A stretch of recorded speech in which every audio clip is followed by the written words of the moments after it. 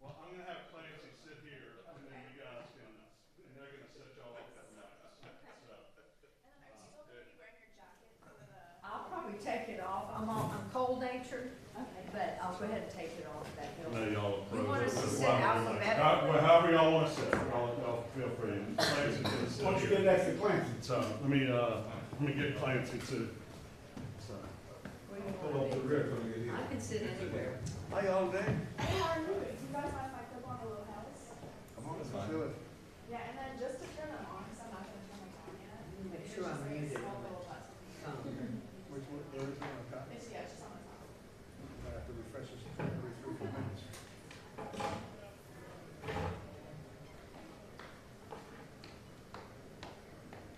That's the way my red line. Of course. I thought I had the red line going in the car. Test. Always Test, try test. 3 or 4 I'm hearing. changes of clothes and.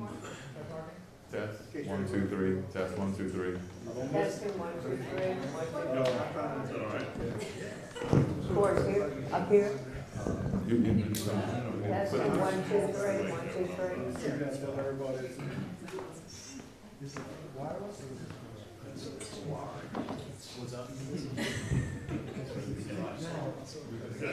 There's enough slack.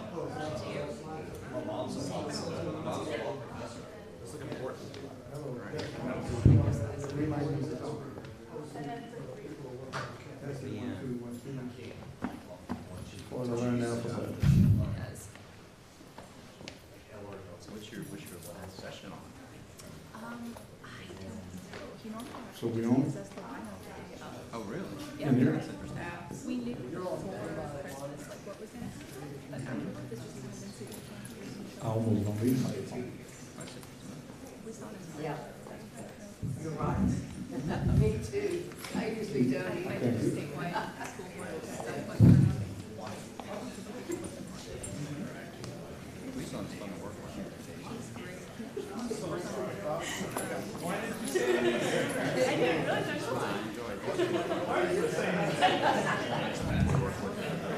Video for very impressive. Track of all that. She's the best. I did all of the photo and video last week.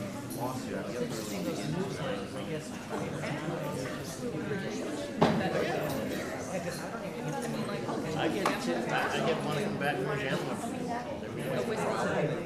It's just basically top headline today. I just did it. But you can sign up for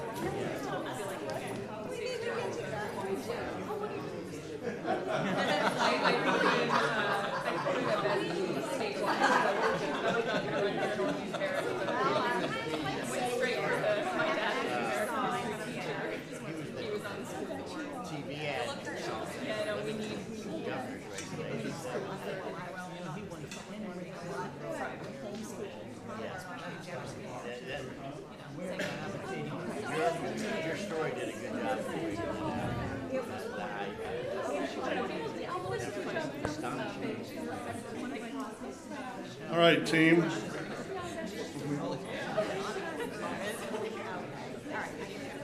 Good evening, everyone.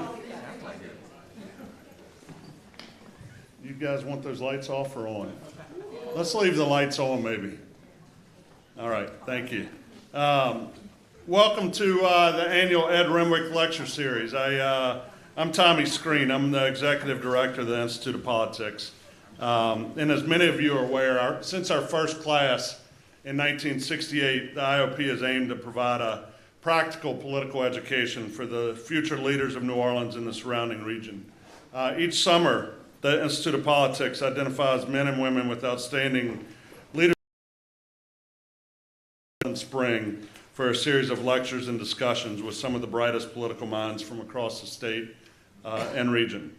In addition to those weekly classes, it's been the IOP's pleasure for over a decade and a half now to host this lecture each spring so that the current class, members of the Loyola community, former fellows, and the broader community at large can learn about Dr. Ed Renwick, his dedication in building and making the Institute of Politics what it is today, as well as having the opportunity to hear from local and national politicians, journalists, and political professionals on the current issues of the day. If you don't mind, allow me to say a few words about Dr. Renwick. For the majority of the IOP's existence, there was one name synonymous with the Institute of Politics, and that was Ed Renwick. Dr. Renwick was considered the dean of New Orleans political analysts. He taught political science at Loyola for over 40 years and was the director of the Institute of Politics from the mid-1970s until his retirement in 2008. Although a native of Chicago and educated in Arizona, Dr. Renwick quickly understood Louisiana politics and shared that understanding not only with his students, but with the general public. While not teaching at Loyola, Renwick shared his keen political insight with the rest of the city as an analyst and pollster for WWL-TV. His insights into New Orleans politics were fascinating, and his ability to predict a winner were second to none. Inducted into the Louisiana Political Hall of Fame in Winfield, Louisiana in 1999, Dr. Renwick passed away in March of 2020. Lastly, I'd be remiss if I didn't take a moment to acknowledge two groups of folks in the audience today. The first is the Institute of Politics Board of Directors, whose names you'll see listed in your program. These men and women are committed to the mission of the Institute and take time out of their busy schedule to help ensure that the IOP continues to meet its mission in educating young leaders each and every year. And second, that's the current class, which I have no doubt will follow the long legacy created by prior classes, many of whom are in the room today, and will include future elected officials as well as several engaged citizens who will make our city and region a better place by being involved in the political process. This year's class began meeting in early October and will graduate next week.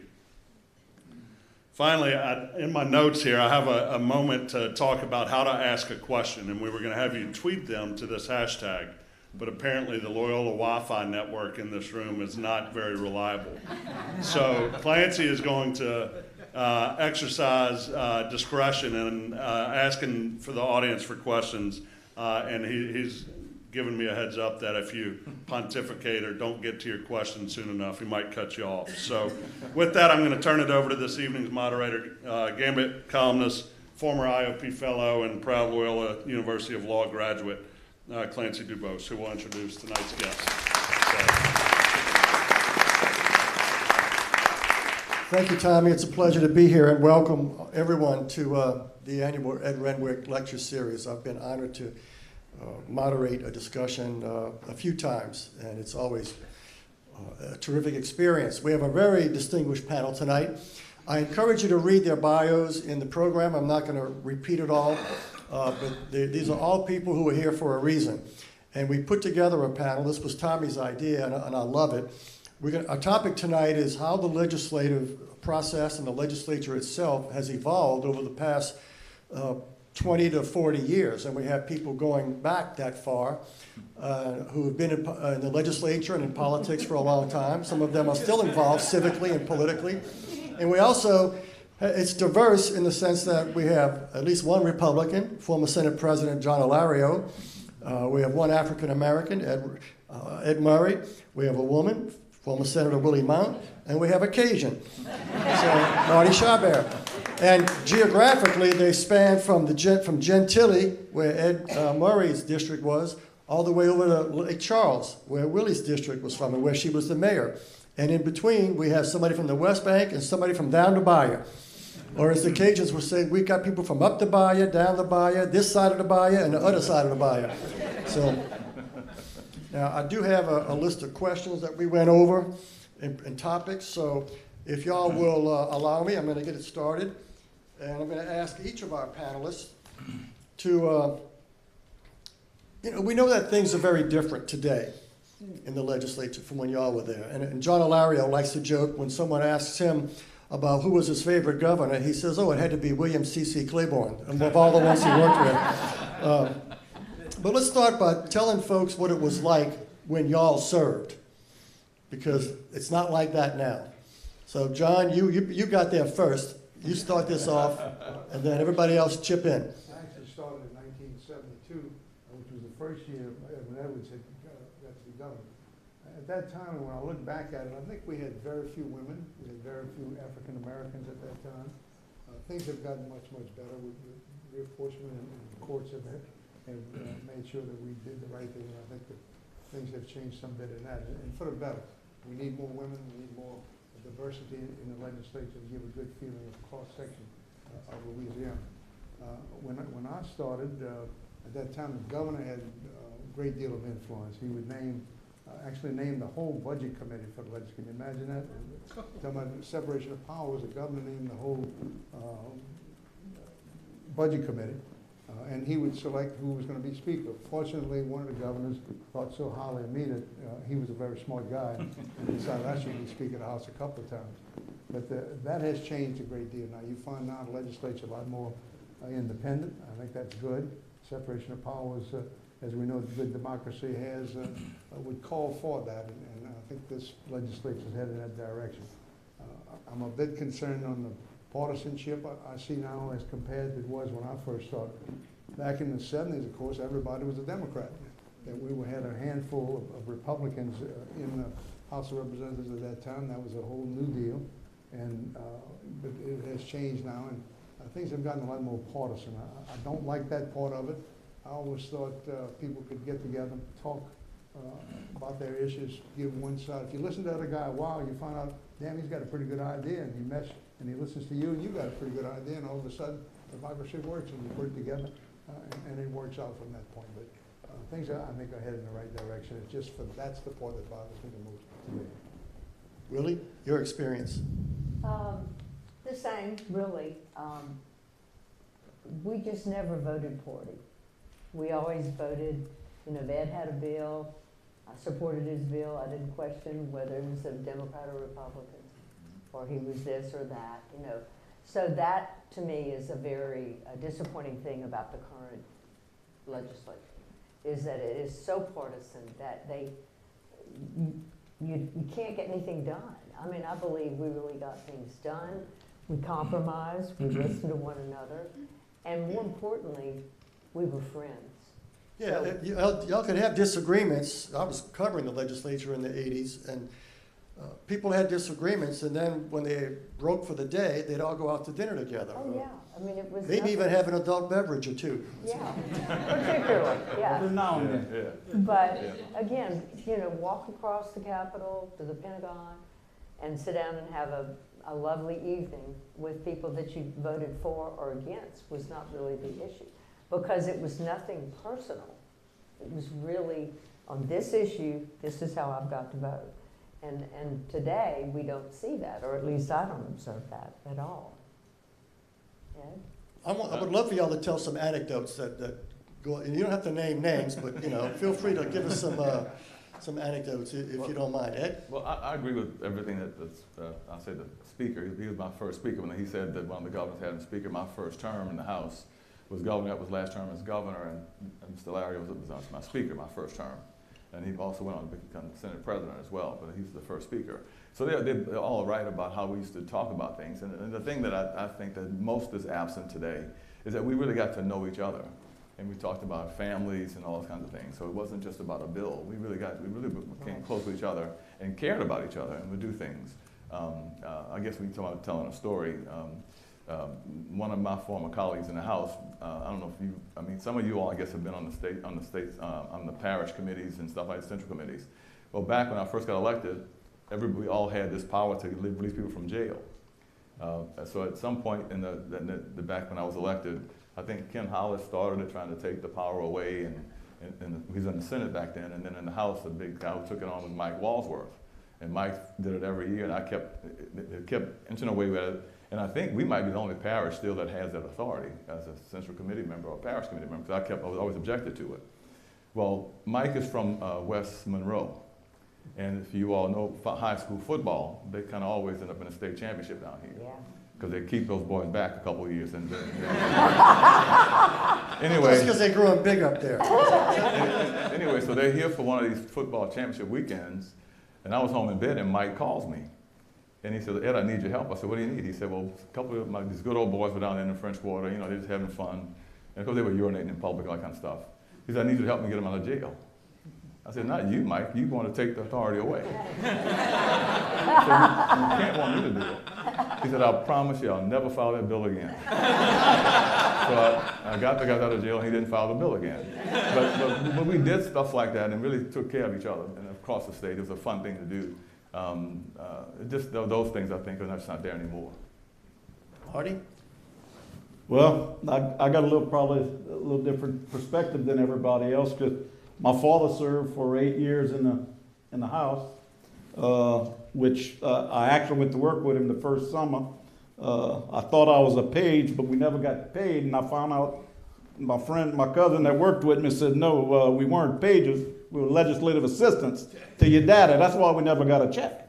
And we did what he wanted us to do. And then I worked for Governor Edwards for 4 years, Assistant Secretary, Department of Transportation, head of the Office of Public Works. You got to say which Governor Edwards. With Yeah. Governor Edwin W. Edwards at the time.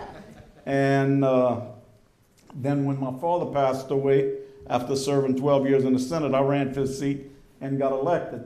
And of course, I had the pleasure of serving with Ed. We were freshmen together. And of course, I had known Mr. Alario pretty much from 16 years old on. And I was just a little bitty boy. Now we both big boys. But the thing that the camaraderie is one. When John Hankel passed away, I was on the LSU board at the time, and they asked me to give a little eulogy on him, and I said he reminded me of my wife. We disagreed all day, but we got along by night, And we have bills, and I was from Chauvin, Louisiana. I represented from Port Fourchon, Grand Isle, all the way to Morgan City. The majority of my people, commercial fishermen, a lot like Mr. President over here. He was president of the Senate. Yeah, everything. Yeah. So guys like myself and Sammy Nunez, Senator Nunez, and Representative Ken Odenay, we always fought for the fishermen. Both my grandfathers and my father at one time or another were commercial fishermen. And I never forget what I learned about logic my first year there. We talking about John Hankel's bill about 1/4-inch mesh slides in the gill nets. And he wanted to open it up, and I said, no, we need to keep it closed. And we went on and on and on. So I looked at Don Kelly and said, I'm fixing on taking the mic.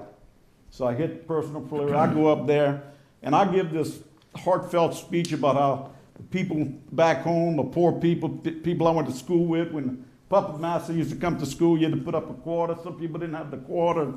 That when the fishermen went out, when they couldn't catch their fish, they didn't have money for Christmas to buy bicycles and all that.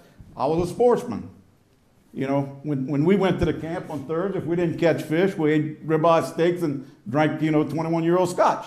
And that was different. So I couldn't go against the commercial fishermen. Ken Odenay couldn't go against the commercial fishermen. So I'm giving this speech, and all of a sudden I look, and Senator 60 Rayburn's in tears. And I'm saying, I got him now. So I look, and I keep going, and then I look at old C.D. Jones from North Louisiana, and he's like that, bebop, and I'm saying, I moved the previous question.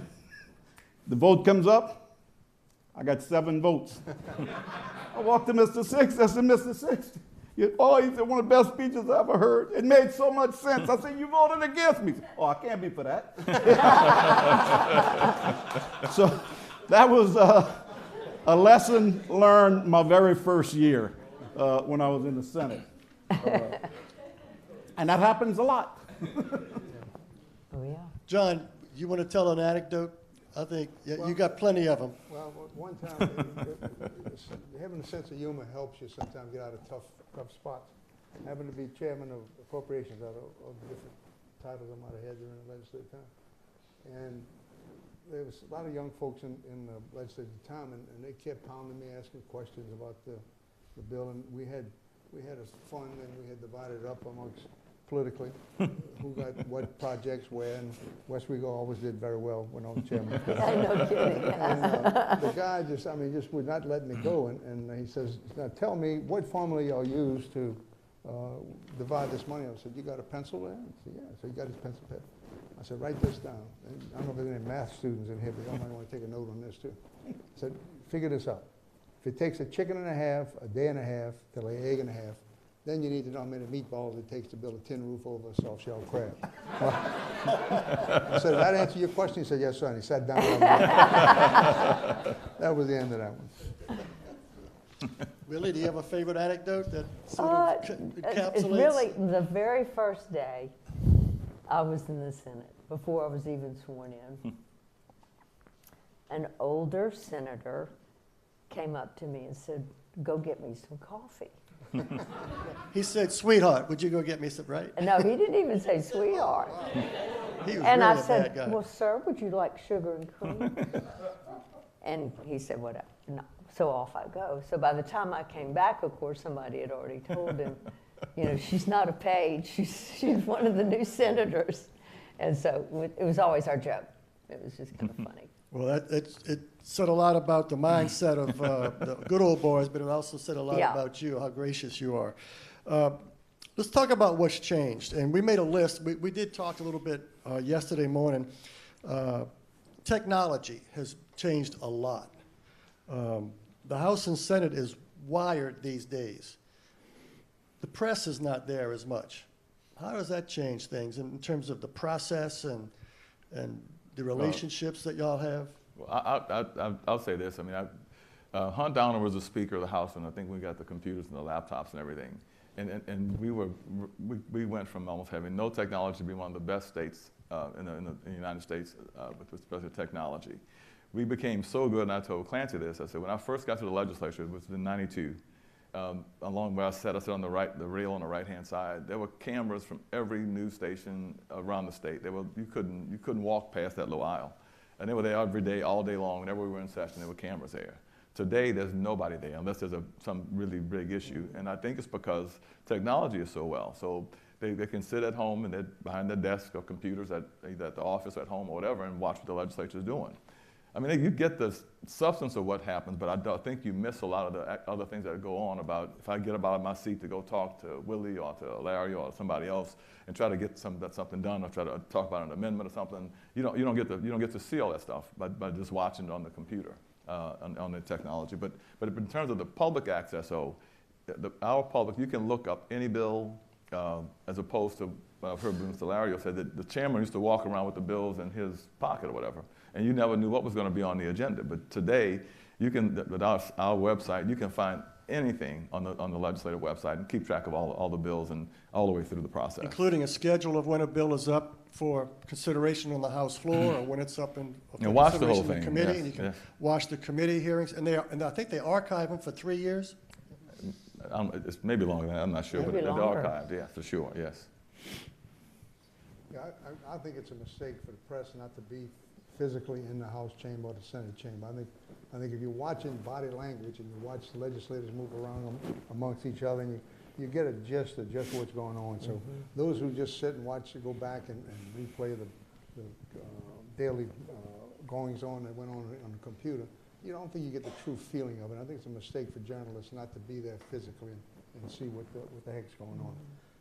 You know, when we started, I started, we tried to find the best carbon paper we could find to make copies of amendments. And Ed will remember, we talked about it yesterday, we used to have a process that we kept amendments to ourselves. We didn't let anybody see them until you pounced it on them at that time. Confidential amendments. You had to pay much attention to what the heck was going on, and hopefully you had 2 or 3 people reading the amendments and see what was going on. It took a while for them to even make a copy for you to get out. That's when Xerox was first starting to come out. I think they made copies, and sometimes the only copies would catch on fire in the back, and we'd have to take a break to put out the fire on them. Get stuck. But things are much better now. You see that instantly on the computer when an amendment's coming up, and you get fair warning of what's happening. Now, I have to tell you, when we had our little discussion, it was just about a 20-minute Zoom meeting about possible topics that we would discuss. And Ed brought up confidential amendments. I said, okay, you got me on that one. Somebody explain what a confidential amendment is, because that really sounds sinister to somebody in today's world. I'm looking at Judge Windhorst. He remembers this stuff, right? So confidential amendments, if I had a bill, it wouldn't have to be my bill, it could be his bill, somebody else's bill. I could have an amendment to the bill. And the staff would draft the amendment, and the staff is confidential, and they don't talk about whatever they draft for the member unless you give them permission to do so. But with the confidential amendments, they would hold them, they would really work confidential. Nobody saw them until they came up in their order. Of course, the presiding officer would see them when they came up, but nobody else in the body would see them, or no lobbyists, the public, nobody could see them. And you could do all kinds of damage with those things. I thought it was kind of fun, actually, to do those things. Because if you read everything, you were prepared. But if you didn't, you could get some stuff done. People would nod and off, and they might go get a Coke or something, and they would miss it. I thought it was kind of fun to do, but those days are gone now. We don't have those anymore. A lot of things in the Senate would kind of down that same road is on Thursdays. We used to come in and run our little deal. Most senators say, oh, there's nothing much happening on Thursdays. Everybody's going to go home. And now I think you got to let people know if you're going to call something from the calendar. Back then, right before the end of the session, people go and say, I call such and such a bill from the calendar. And what you do is you look to see if your opponents were there, if they had already headed home, and you'd call the bill off the calendar. And then on Sunday night when we got together and barbecued on the porch, you pulled that bill off Thursday. Y'all thought you were going to wait till I was here. Oh, I thought you were here. I knew we went by pretty quick. But we had, when I was there, I tell people all the time, people used to come and say, we didn't have the computers and all that, and people used to be reading their newspapers and going and say, look, nobody's paying attention. Well, they were paying attention. But we had so much confidence in our committee system back then. And again, it went back to relationships, whether you were Republican or Democrat, independent, whatever it was, that you trusted whoever told you something. And if it got through committee, generally it was a good bill. And if it was a bad bill, it generally didn't get out of committee. And I think that's one of the things that I don't see today that we used to see back then, the trust in the committee system like we did. It was also a trust depending on who the author was. Wasn't that also the case? Oh, Yes. anything with Alario or Don Kelly's name on it. It was good. Speaking of which, John, you have there's a story about you that, if you don't mind telling about hijacking a bill or something like that. Well, you don't have to name names, but yeah. it's. Well, I could name names. He wouldn't mind. Danny Martini. Good He friend. tells the story as often as you do. We playing golf, and there was a bill coming up in criminal justice. I think it had to do with some gaming stuff, and I wanted an amendment on that made sure the West Bank maybe was protecting them, some kind of gaming stuff, whatever the heck it was. And Danny was opposed to it, but so we're playing golf and having a good time, and I had somebody, it might have been Chairman Copeland at the time, handle an amendment for me in committee, and it passed. And get to the house the next day, and Danny says, man, why didn't you tell me you were going to hijack my bill? I said, Danny, the first rule in hijacking, don't tell the pilot.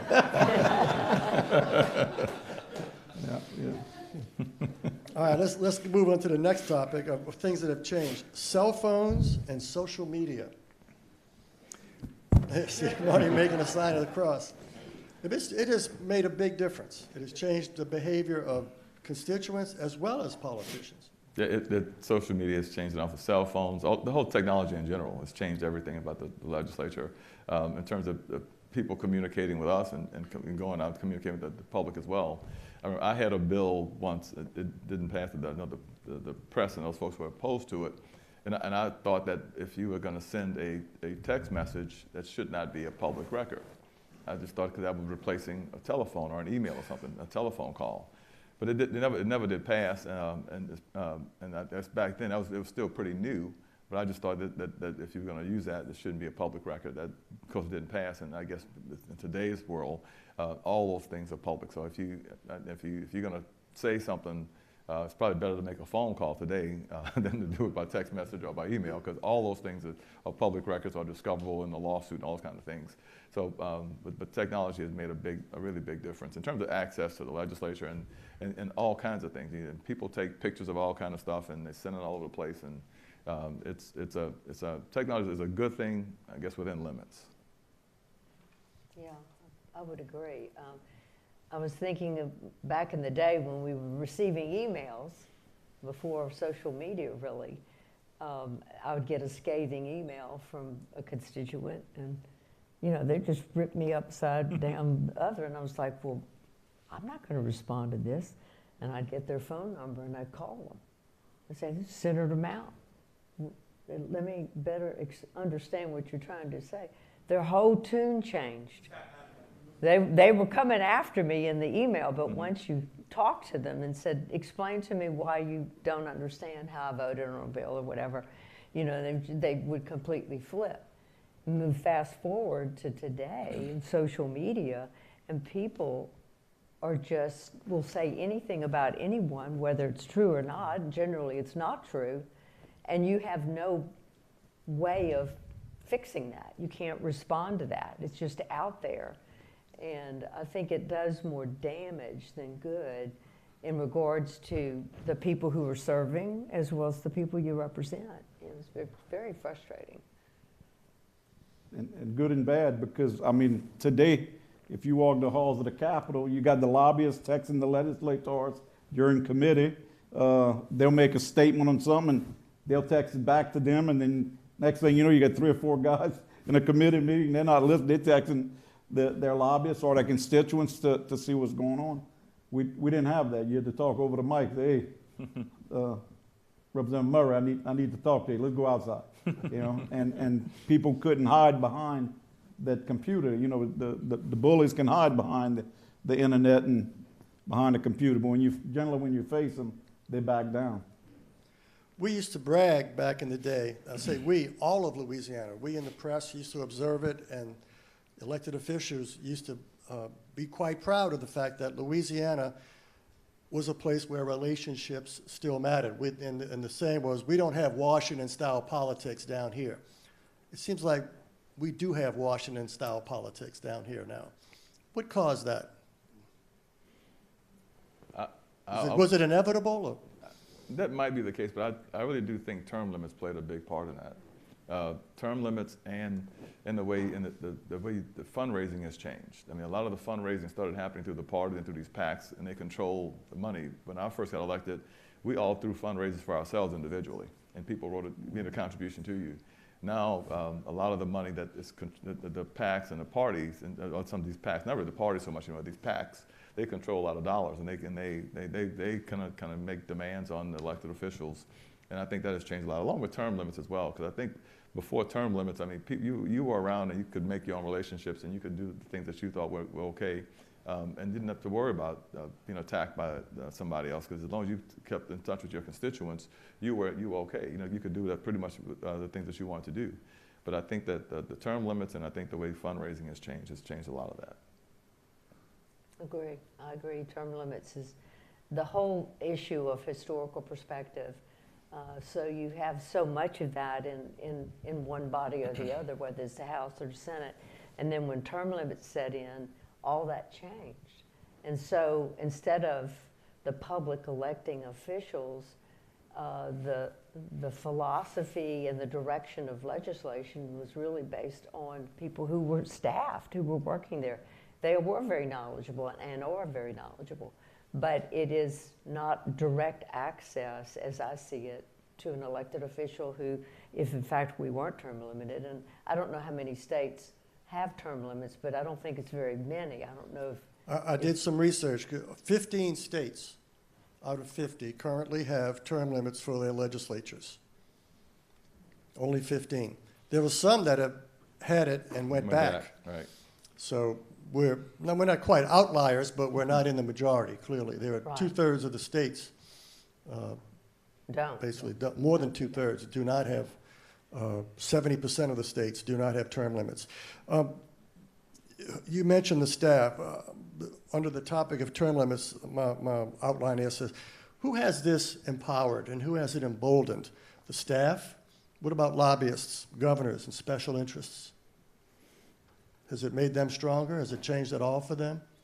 Well, I would say so. You know, I think that the whole philosophy of partisanship has drawn us into a whole different kind of governing concept that we as Louisianians have never done before, and that is we're very divisive and no compromise, no cooperation at all. Whereas, you know, growing up in the 12 years I was in the Senate, you worked it out. Whether it was at the Pentagon or in a committee room, you figured it out, and by the time we went out on the floor, we were okay. We were settled. I think both the House and the Senate have outstanding staff people working for them. We're very lucky in Louisiana, very knowledgeable people who are dedicated to it. The problem I find in talking with them individually, they get put on a heck of a spot sometimes because of the partisanship. Yeah. They get pushed in a corner for reasons that maybe not be the most integrity that needs to be there. But we've got some tremendous people with some great knowledge, can help you, can draft bills, make sure the comma's in the right place, and the T's are crossed, and have you. But they get pushed around. I think governors still have a certain amount of power. I served with 7 different governors and have quite frankly a fine relationship and a great feeling of each of them. I think each of them tried their very best to make Louisiana a great place. One of them even left me a wife, so. She ain't your wife yet, but yeah. But yeah, you're close. Can I say on the staff, the staff, quite frankly, the staff was, since I got there, they're professional. And it didn't matter if you were a Republican or a Democrat or whatever, they did really good work and they were really well trained. And I found that our state, we sent our staff to a lot of training through NCSL, and they learned an awful lot of things. And the staff, they were just great, and they didn't care who you were, what you were, where you came from. They did the best job they could. If you made a request them to draft a bill or an amendment or whatever, they researched whatever it was, they did it all for you. And like I said, they kept it between you and them, unless you told them they could share it with somebody else. That's true. I think that has changed a lot now because of the partisanship nature. I think that we didn't care if who the clerk was the clerk, and the clerk gave advice based on just what the rules said. It wasn't based on what party you were from. I see that kind of stuff is starting to change a little bit now. Yeah. I'm seeing a lot of turnover in the staff now.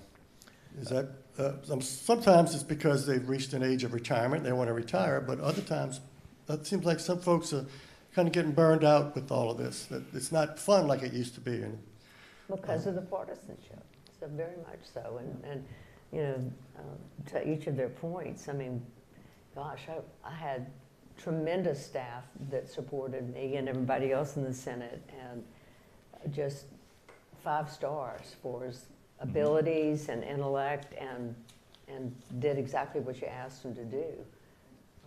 Yeah, and Senator Mount was Chairman of Revenue and Fiscal Affairs. I was Vice Chair one year, and that's when we had all the things with the baseball field in Canada, Alario, the West Wego ballpark. And, Very much needed. but at the same time, we were doing a lot of things to New Orleans Convention Center. In fact, Mark Morial was my seatmate the first two years in the deal. And the hardest thing that I had was trying to convince rural and down the bar legislators to vote for something for New Orleans, because they thought New Orleans was getting everything. And Governor Edwin Edwards told me something back when I worked for him from 84 to 88 at DOTD was, you know, as New Orleans goes, the state goes. And you know, you had people that fought the Pelicans, you had people fought the Saints when we did the thing with Mr. Benson with the concessions and all of that. And I think how they said the rest is history. Everything has proven to be, but that was a tough sell towards the end of my term in the late 90s. Let's talk about how relationships have changed. Y'all mentioned that the camaraderie among legislators is not what it used to be. Has the relationship between legislators and governors changed, or legislators and lobbyists changed over the years? I don't think it's changed from the last time I was there. The lobbyists hasn't changed much at all. Now, of course, with the governor is kind of different. I mean, the last governor I served was Bobby Jindal, and that was not a good time, quite frankly. I don't think it was a good time for our state. It, so many cuts across the board. It was a very difficult time, just in my opinion. But other than that, I've enjoyed it. I think the other governors I served with were all good people. I think they really wanted what was best for the state. I just think that Governor Jindal lost his way somewhere along the way there. Did partisanship play a role in some of that?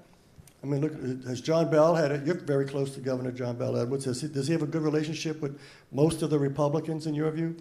I mean, I think he does. If they were left to their own devices, I think, yeah. I think, but once again, the partisanship, I think, pushes them into a corner where they can't really do what they would really want to do on their own accord to help to do things. But I think John Bell has been a really good governor. He's accomplished an awful lot.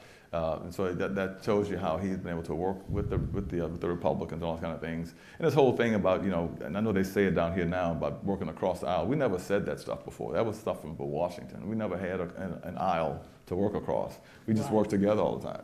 That's a brand new thing that we started using down here. Yeah, I agree. What about relationships with the media? The media not being up there so much. Yeah, I don't think you get to know the media very much at this time. Tyler Bridges, of course, sticks his nose in everybody's business.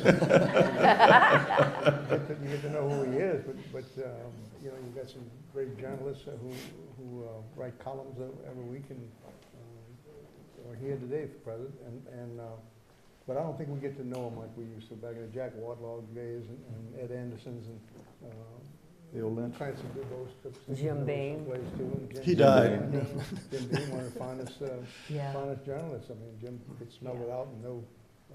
It was very fair. I mean, sometimes in politics, you deserve a little lick. Exactly. I always said, one of my campaigns, and they really came after me real bad, and they spent about $500,000 pointing out all my warts and whatever. I said, God, dog, good thing they didn't know what I knew. But you don't see the press like you used to, and that the names that the president spoke about were the ones who were there like every day to really cover the legislature.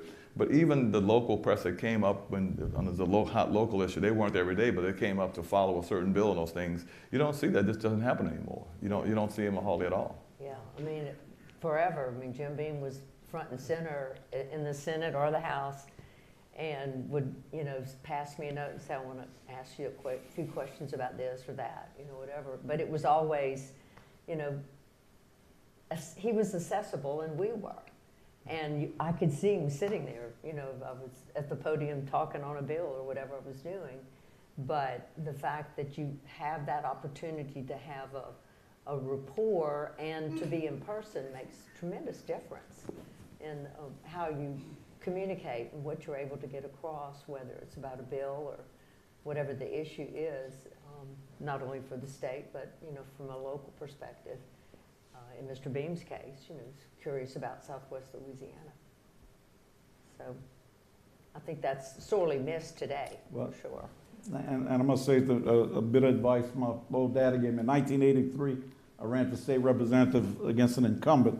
And down the bayou, we had our newspaper man was also our bread man. Every afternoon at 3 o'clock, we had a bread with the Homer Courier wrapped in, put in your box, and you'd run because we used to fight for what we called the nose, the end of the French bread.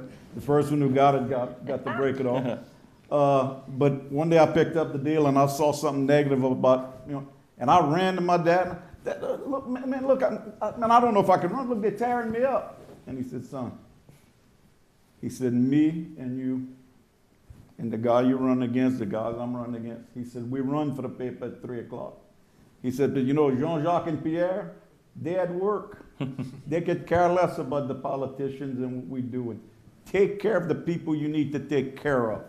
And don't worry about what's written about you in the paper. Because as long as you take care of your people will take care of you. In Europe, of course, everybody wants the end of the bread. And the reason for that the bread comes out of the baker shop and they don't put any wrapping on it.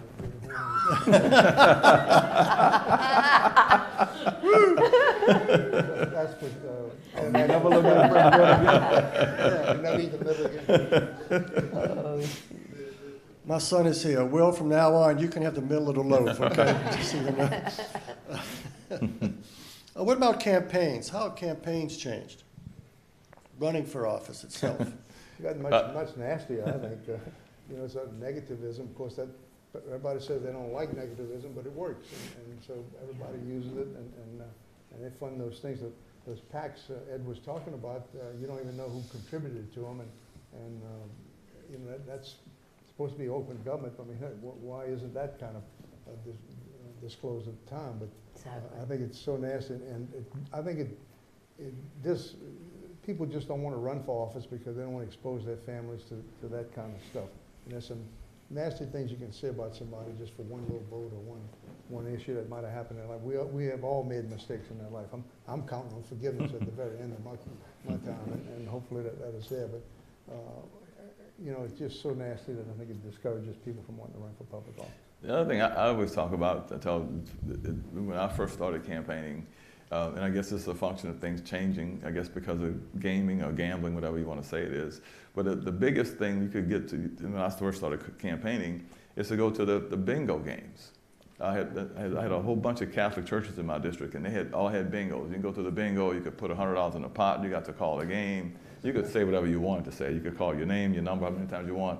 I mean, so all those kind of things. But there's no more bingo games, and those people came out. They came out to support the church and the parish, and you could see people all the time. And it was a really easy way to get out and touch a lot of people. It was fun to do. People used to have rallies, right? Yeah. In-person rallies. Yeah, the big rallies, and that stuff doesn't happen anymore. And I don't know exactly why. I guess it's the technology once again, because people do those kind of things. But the touching people is changed an awful lot in terms of campaigning, in my opinion. You talking about political rallies, that's how my dad and Edwin Edwards got to be friends. In the second primary in 1971, when they had Edwin and Bennett Johnson win the runoff, and they came to the Terrebonne Parish Courthouse, and almost everybody was for Bennett, you know, and the guy my daddy was against was for Bennett too, so daddy gets that and endorses Edwin Edwards, and Edwin's in the back and says, "Who's that crazy guy?" You know. So after it's over with, they shook hands and introduced themselves, and Dad said, "You know, Edwin, I'm glad you came, but it's tomorrow you got to come. We're having a rally in South Lafourche. People in Houma don't talk French as much as the people in Bas Lafourche. So we had a deal at Chalalas in Galiana, and Doug, it's a place where everybody went, the Bourrée game, the whole deal. But they'd get an 18-wheeler flatbed and get on the back and have 4,000 or 5,000 people. Well, Edwin gets up there and makes this speech in French. And the people went bananas. And Edwin ends up carrying Lafourche Parish. I think 5,000 votes, ended up winning the election. But that's how he and my father got to be good friends. And Lafourche was also the last parish to come in the runoff we were against pretty Bennett good at Johnson. that, too. That's all. We were pretty good at that. You had a very good turnout. Of course, all across Acadiana had a Well, good you know, turnout. it's a long way from Cutoff to Thibodeau. It takes a while. Well, in New Orleans, I'm glad you said that, because you know in New Orleans, people say, why is New Orleans so... It's a long drive from East New Orleans down to the courthouse, and it's a long drive from Algiers Lower Coast over to the courthouse at Tulane and Broad. So, you know, same thing. Yeah. Yeah. John, someone asked me recently, and I would like for you to elaborate on this.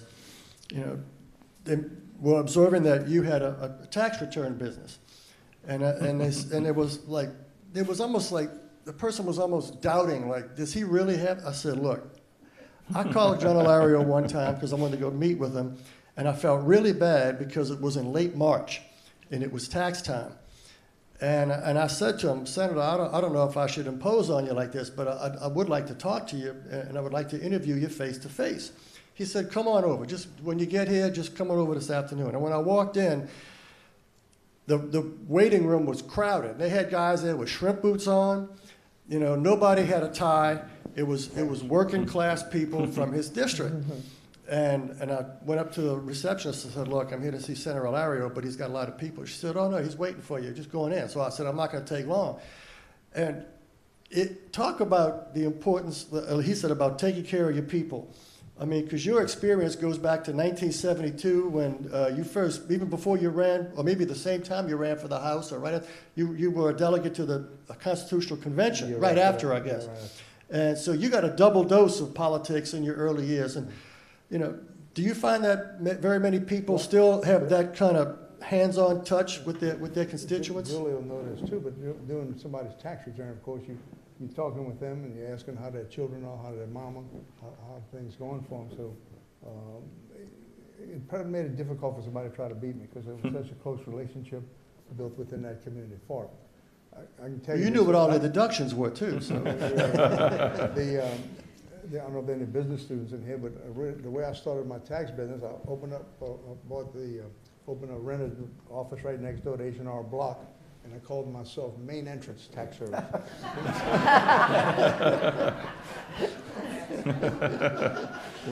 Location, location, location. Let's open it up to, wait, actually there's one more topic.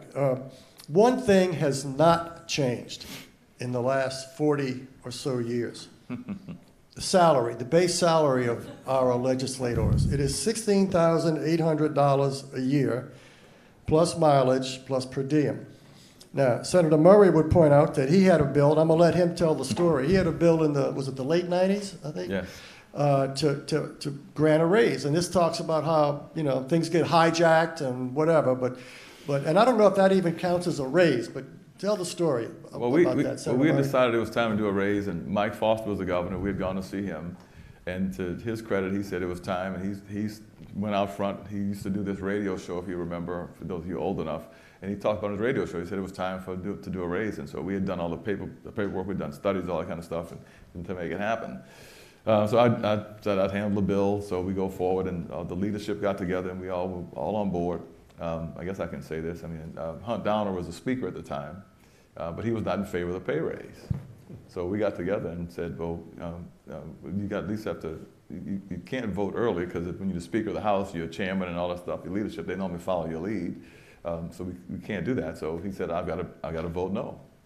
So I'm not sure how we did it. I know he was involved in it, I was involved in it, but a few of us were involved in it, but Hunt Downer left the chair and went to the Speaker's office, and Pepe Bruno sat with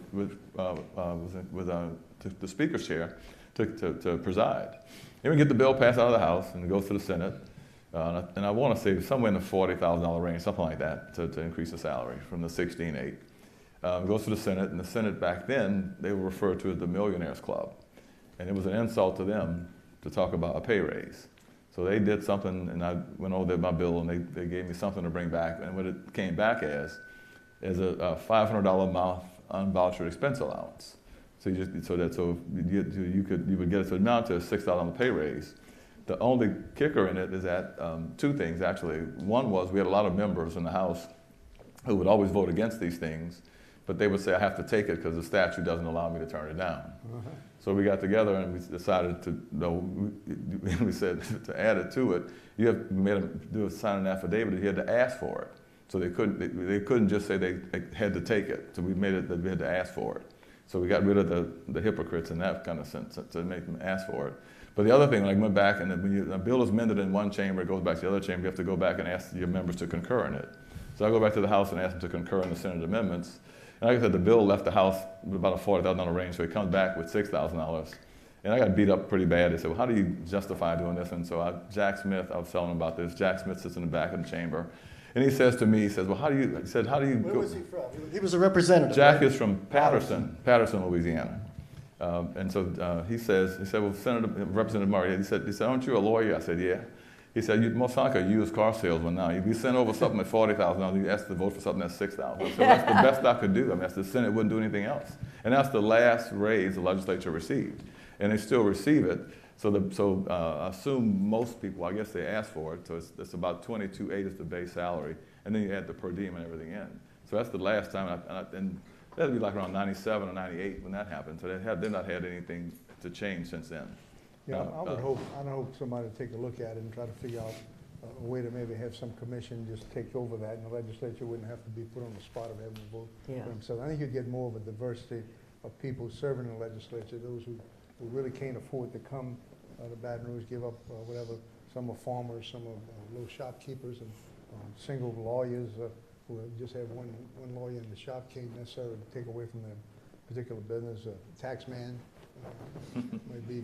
might not be hurting as bad as some others, but I think to have a better legislature, I think you ought to at least compensate them some fair amount of. And there's no, and for you, so that you also, there's no retirement either. So sitting there, that benefit went away in 2000, was it, or something like that? So there's no retirement either. Mid-90s, I think. Yeah. So that benefit went away as well. Well, there was a, speaking of pay raises, there was a legislative pay raise that passed the House and the Senate. Is this still on? It passed the House and the Senate in 2008, the first year of Bobby Jindal's governorship. That's correct. And that was pretty controversial.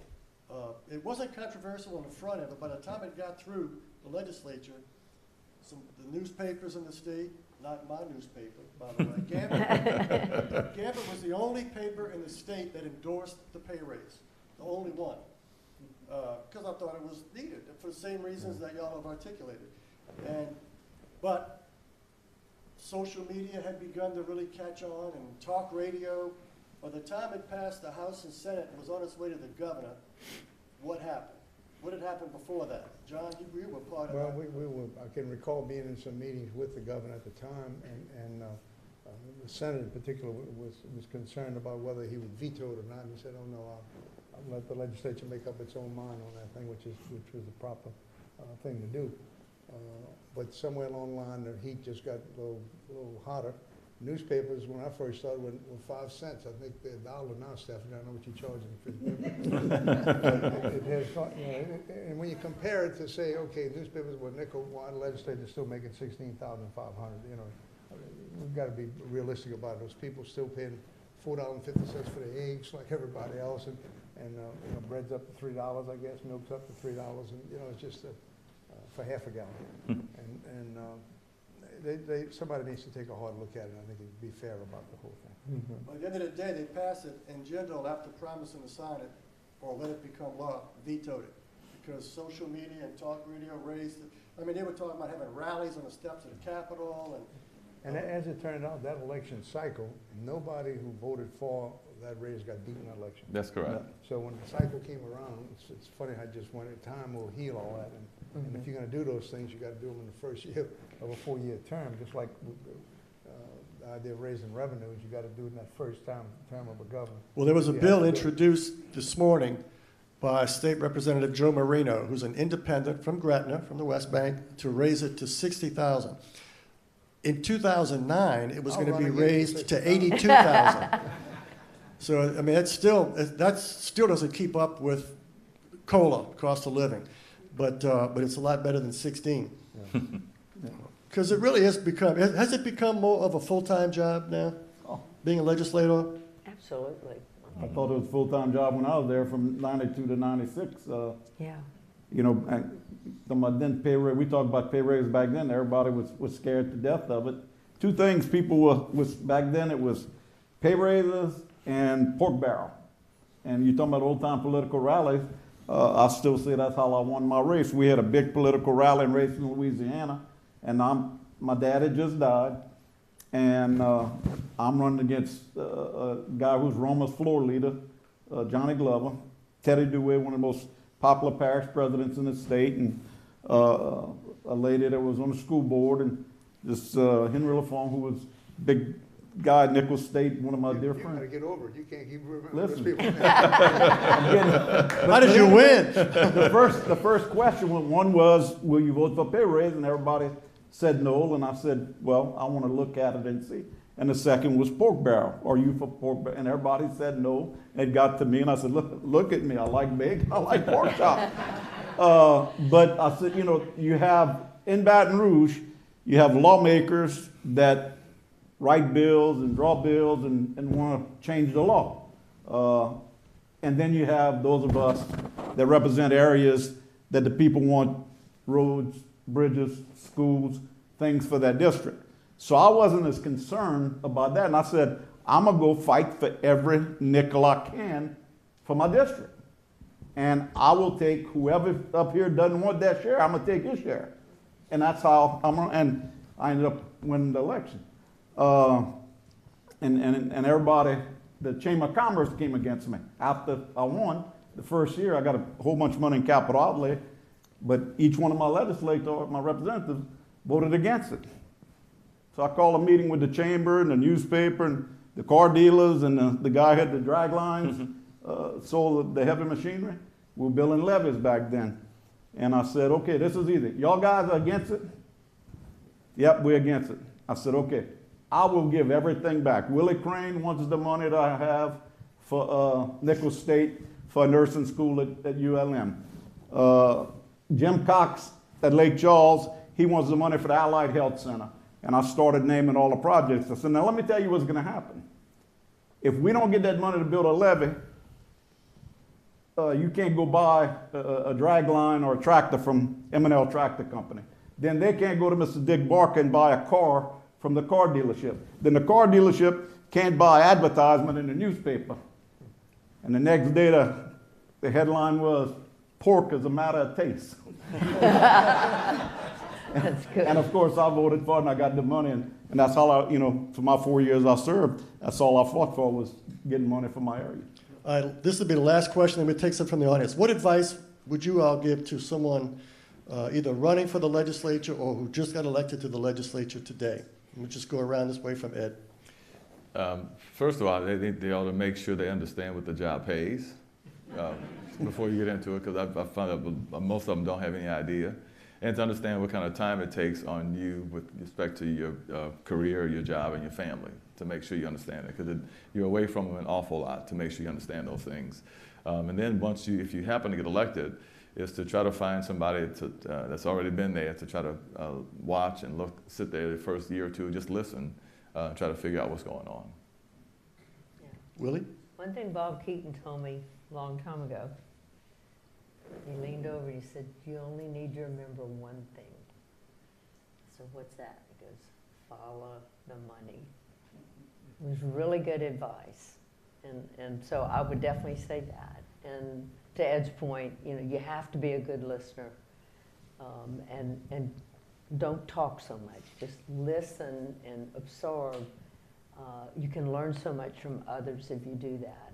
And it's not the time to be a show person, which is what I think we see, a great deal of rhetoric and showmanship, as opposed to let's really represent the public the way we should.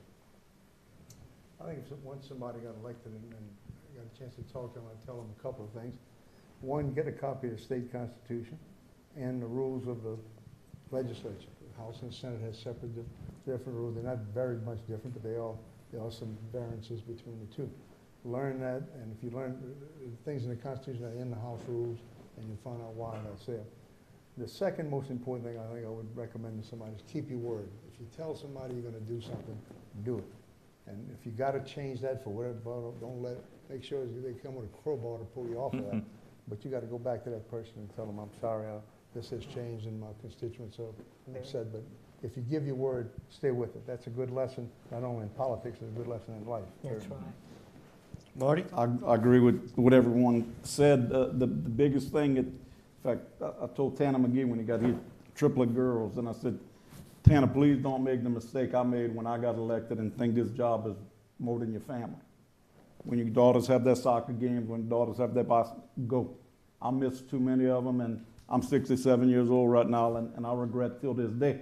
And I'm fortunate enough that I spend a lot of time with my kids now and get to go to my grandchildren's baseball games and all that, but I missed all of that. And because I thought that was the most important thing in my life was the politics for the $16,000 a year. You also gave some advice to your younger brother, Norby, when he got elected, right? Took your place? Norby was, when Norby got elected, Norby's 20 years younger than me, and we... Same Senate seat, right? Same Senate seat. I told him the night he got elected, listen, I will never tell you what to do. I will never give you advice unless you come to me. Well, Night before inauguration, he was all kind of jittery and all this. He says, man, what do you do when things get real tight and you get jammed up and, like you said, you give your word and all that? I said, I'm going to tell you what Daddy told me. Read the bill. Go speak to the author of the bill. Go find a lobbyist who's for the bill. Go find a lobbyist who's against it. Find a senator that's fighting the bill. And then after that, read it real good. Listen to all the debate.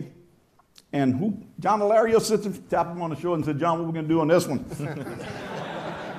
That's the best advice I ever given to my brother. All right, how about some questions from the audience? Yes, sir. Clancy, I'd like to ask our lovely lady, she started it with the gentleman who asked her to go get her some coffee. How long did it take for you to, shall we say, break the glass ceiling or to really feel that you were accepted? I'm going to repeat it just for those who might not have heard it, as well as for the recording. The question goes to Senator Mount. She told the story about a senator asking her to go get a cup of coffee for him on the first day because he didn't know she was a senator. How long did it take you to break the glass ceiling and get accepted into the good old boys club? Yeah, in a nutshell. So I have to go back to when I was elected mayor of Lake Charles. And that was 93. So it was a little shock to the system. I ran against 4 men.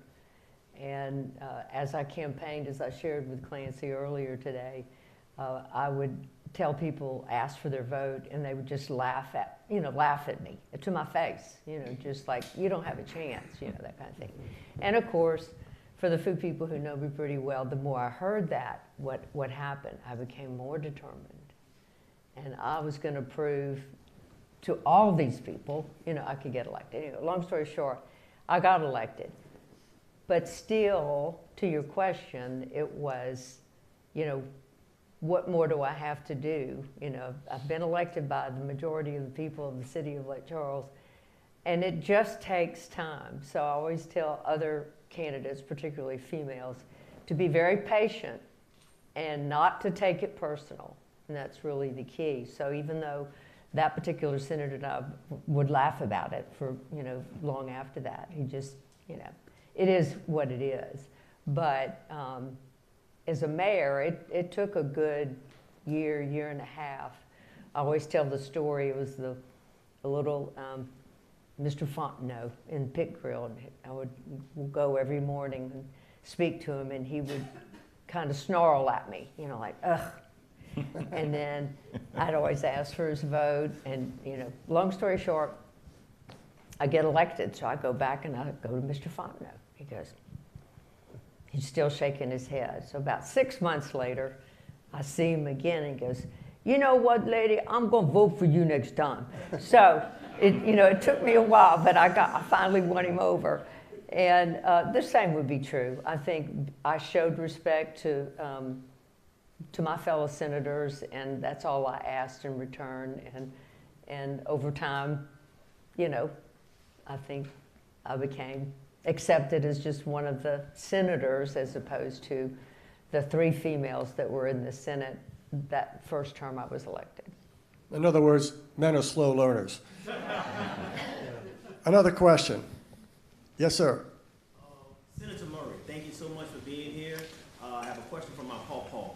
He always said that anytime we saw your face on anything, he would say, that's Senator Murray, he helped with the Saints, but he never told the story. The question is, the gentleman says his grandfather, his papa used to always say when he saw Senator Murray on TV that's the guy that helped with the Saints.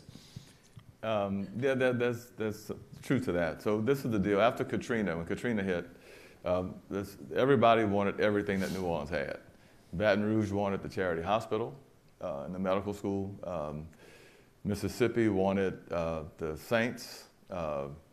They wanted the racetrack. They wanted everything we had. Everybody came in to take everything. And it took an awful lot to keep everything here in New Orleans. It took an awful lot of work. Well, fast forward, so we get in the session and we decide to do the slot machines at the racetrack.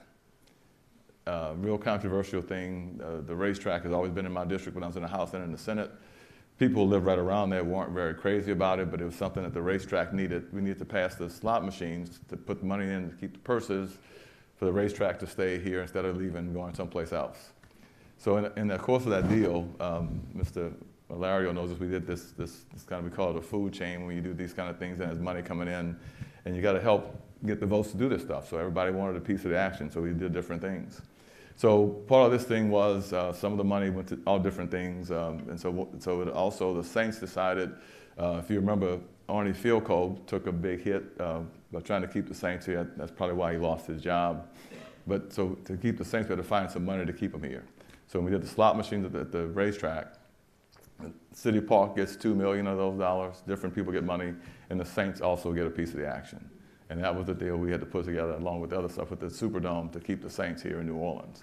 And along with that story, so you'll know, is that my colleague Ken Hollis and I, who did a lot to try to keep the land-based casino here, that's a whole other story with that thing going, but Ken and I became very good friends because we traveled the state trying to get signatures to call ourselves in a session to keep the casino down on Canal Street. And we traveled the state and went all around, and we got all of maybe 6 or 7 signatures. But Ken and I got to know each other really well. We became really good friends. So he had, at the time, he missed most of the session because he was in the hospital. But he came back for the last, I guess, a week or 2 or something like that. So I'd done the deal on the slot machines, and it came, like I said, it was a Senate bill. We went to the House for amendments. It came back for the Senate to concur. So I went to Ken. I said, why don't you handle this? Because if he had been around, he'd have been my partner in it. He said, well, that's not fair. You did all the work. I said, no. If you'd have been here, you'd have done it. So I let him handle the bill. It meant an awful lot to him, and that's how the Saints are still here. Well, one of the things. But but everybody up here has done a lot over the years. That's true. To help keep the Saints, to get the Hornets when they first came, building the arena. We've all had a lot to say about that. I mean, it's been a big effort from everybody around the state. They beat up on New Orleans an awful lot, but everybody loves the city, and they love to be here. When the time comes, they all step up to help for those things to happen. Other questions? Yes. How powerful are the teachers' unions in introducing legislation and demanding certain things from legislators? And why do we have such pitiful schools around the state, public schools I'm talking about? Why are we taking? Okay, it's 2 questions. The first one is how powerful are the teachers' unions in getting legislation passed, and why, if they are powerful, or why in general is the state of our public schools not better than it is, because they're not faring well. Well, the teachers' union didn't need to be powerful. They had a powerful governor in John Edwards, who was doing his best to try to bring the salaries up to the Southern average. His wife was a school teacher, I think, and there was and his mother, I think, was a nurse. But they had a good friend in John Bell. And I think they had good communication. The union had good communication with John Bell, unlike other governors who maybe didn't have that same line of communication for it. So I think through the years, unions have lost the strength they had in the past, and I'm not sure what's that's all about, but I'm not sure. But they're still a political fact, and people still seek their endorsements to do it. But I think John Bell needs a lot of credit for helping the teachers.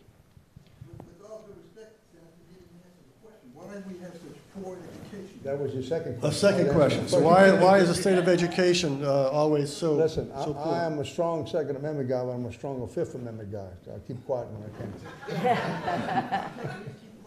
No. I'm telling you to keep quiet. Senator Murray, how about you on that second half of that question? Well, once again, I'm not an educator. I'm a lawyer by training. But I just think that, in my opinion, I'm saying not an educator, I just don't think the state has properly funded public education. And particularly, and I've got really strong feelings about this, and I don't want to get in trouble, but I think this charter school experiment here in New Orleans has been an abject failure. Quite frankly. I think we need to do something to change that back, to bring back the role of the school, the school board to really have a voice in running public education, have neighborhood schools, and those kind of things. But I just don't think the state has properly funded public education. That's what I really do think is why the public education. But I say that not being an educator, that's just what I'm saying. I'm a public school graduate, had the benefit of going to some great schools, had great teachers. I just don't think the state has the resource, put the resources up to continue to provide that to the schools like that were around when I was a kid. Senator, my wife taught for 35 years. I agree with you 100%. All right, thank you, but we need questions. There's a gentleman back here with a question. Yes, sir. This speaker's for Senator Alario. Who was your favorite governor to work with and why? Who was your favorite governor to work with, Senator Alario? Well, as I told you, I served with 7 of them and have the highest regard for each and every one of them. I started with Edwin Edwards and finished with John Bell Edwards, Edwards in between. As I mentioned to you, Edwin Edwards selected me to be Speaker of the House twice, so I've got a fondness for that he was that intelligent to decide to pick me. And then he's done me a favor too and left me a lovely wife, so I would have to put Edwin Edwards. I thought, looking at the different governors, and each of them had a different style of operating. Edwin was so smart when you went in to talk to him about a particular issue. He had a solution for you, and if he told you yes, that was fine. In politics, no is not a bad word. If he tell you, okay, that's fine, we'll leave that and go try to find something else. But if he ever told you yes, then you could count on it. You didn't have to worry about looking back. The other governors, none of those governors lied to me in that sense, other than perhaps a whole group of us about the pay raise thing at the time. But each of them tried to make Louisiana a much, much better place. Each of them strived hard for education. I think Kathleen Blanco passed away, Mike Foster, were both of them high in higher education. They were big, big time. Kathleen, besides in elementary and secondary education. You know, each of them tried to do their part, so I got a fondness for each and every one of them. Another question. Yes, sir. I'm going to come over here next. Senator Chabert, how would you describe the bounce back, the recovery in the Bayou Parish areas following Hurricane Ida? The question is for Senator Chabert to describe how the recovery is going in post-Ida. It's still bad. We were talking about that earlier. We still have people in little homes, and not only Hurricane Ida, Lake Charles, the same way. I got one of my former student workers from Lake Charles. He moved in his house yesterday, or day before yesterday, since Hurricane Laura. We have the people the same way. If you go up and down the bayou, especially like Bayou Lokai, where we from, I mean, you know, it was torn up. We were ground zero. Pointe-aux-Chenes, Montague, Little Kaya, Grand Kaya. And I mean, it's devastating. It's going to take years to come back, you know. And just FEMA, the feds don't move quick enough. And I'm going to give you a perfect example. I was in Washington a few weeks ago fighting for Grand Isle for a breakwater system. A year ago, March, I was in Washington fighting for the same breakwater in Grand Isle talking. So for 2 years, it's been sitting on the Corps of Engineers of FEMA's desk trying to get the money. And I, you know, each year I say, hey, look, we're in March, June's hurricane season. And we're in Grand Isle, Louisiana. And we're talking about $8 million. You know, it's not like you want to build another Superdome. Just want to protect. And, you know, we got a mayor down there, Mayor Commodale, that says as long as they got a grain of sand on there, he's going to plant his flag and fight for Grand Isle. We feel the same way about Terrebonne and Lafourche Parish. Time for one more question. Yes, sir. And these guys, we're going to hang around, so don't feel like you have to. Yeah. You won't get a chance to talk to folks. On your all's concerns about partisanship and divisiveness, there was a historian on campus recently here that thought that one of the reasons nationally we're seeing that is political leaders today are much more mirrors of the citizenry than molders of it. And I was curious what you all think a citizen's role should be nowadays. What would you like to see more out of citizens? Did you say the parties today are mirrors of the citizenry, you said? Yes, that's why they're so partisan. That's why they're so partisan. So which is the dog and which is the tail on that? Is it the politicians or is it the citizens who are driving this? Or is there some other force that's driving partisanship? Was that fair? Yes, what role would you like to see out of citizens Yeah. play more of? And what role would you like to see citizens play? They have opportunity now with social media to be able to express their views themselves, and I think they probably need to take advantage of that and exchange I always thought when somebody took the time to write me a handwritten letter, a note, I took that more to heart than I did of getting a whole run of emails of the thing. I said, doggone, they take that much time, they must really be interested in us, and it was sincere. I think we have allowed ourselves to reapportion districts that are so partisan that people almost have to vote that way to remain in office, and either a district now is either all Republican or it's all Democrat, and you don't find the districts of some kind of balance in it, and I think that's unfortunate too. I think that's true nationally. Oh, yeah. No, it's across the board, yes, it is. Yeah. And people hide behind the PACs, you know, the big money people. You know, whether it's left-leaning or right-leaning PACs, they give the money, and you don't know where the money's coming from, you know, and ungodly amounts. But they're making noise. Yeah. But they're making all the noise. I want to thank you all for coming. I want to thank our panelists. Please give them a big round of applause.